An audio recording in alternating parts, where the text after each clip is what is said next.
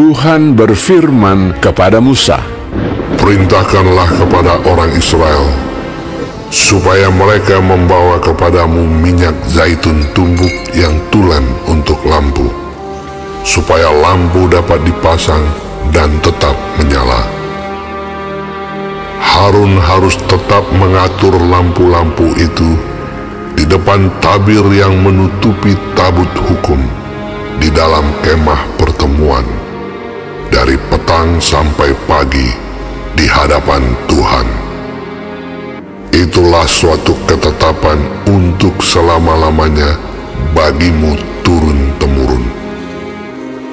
Di atas kandil dari emas murni haruslah tetap diaturnya lampu-lampu itu di hadapan Tuhan. Engkau harus mengambil tepung yang terbaik dan membakar 12 roti bundar daripadanya.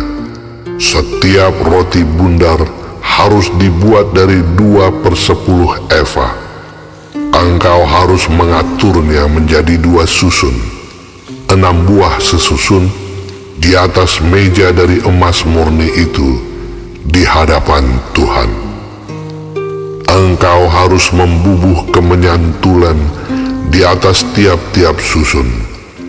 Kemenyan itulah yang harus menjadi bagian ingat-ingatan roti itu, yakni suatu korban api-apian bagi Tuhan.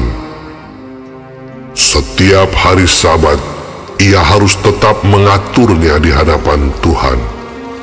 Itulah dari pihak orang Israel suatu kewajiban perjanjian untuk selama-lamanya. Roti itu teruntuk bagi Harun serta anak-anaknya, dan mereka harus memakannya di suatu tempat yang kudus. Itulah bagian maha kudus baginya dari segala korban api-apian Tuhan. Itulah suatu ketetapan untuk selama-lamanya. pada suatu hari datanglah seorang laki-laki, ibunya seorang Israel, sedang ayahnya seorang Mesir, di tengah-tengah perkemahan orang Israel. Dan orang itu berkelahi dengan seorang Israel di perkemahan. Anak perempuan Israel itu menghujat nama Tuhan dengan mengutuk. Lalu dibawalah ia kepada Musa.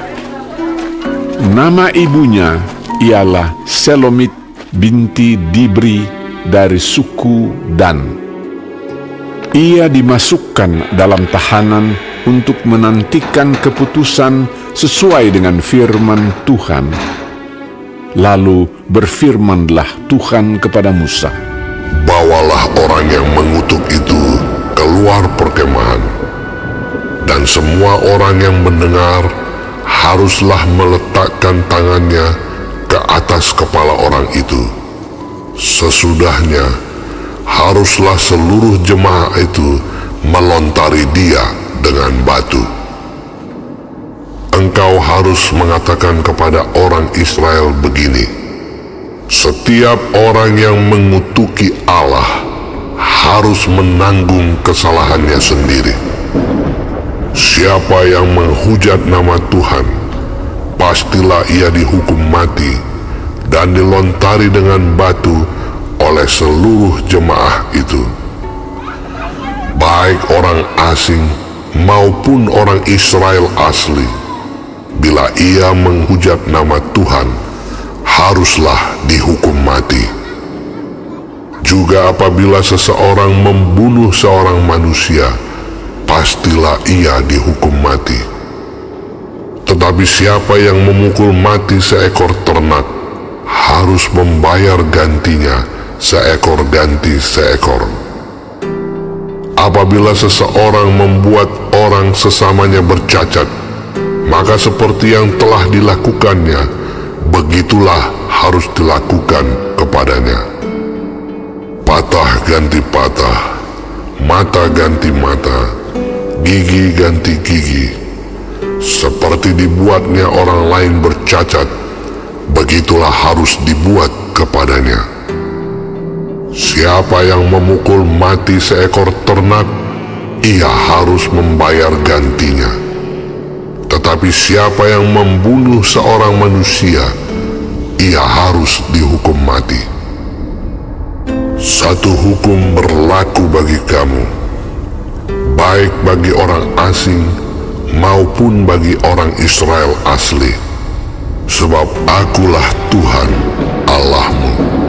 Demikianlah Musa menyampaikan firman itu kepada orang Israel. Lalu dibawalah orang yang mengutuk itu keluar perkemahan, dan dilontarilah dia dengan batu. Maka orang Israel melakukan seperti yang diperintahkan Tuhan kepada Musa.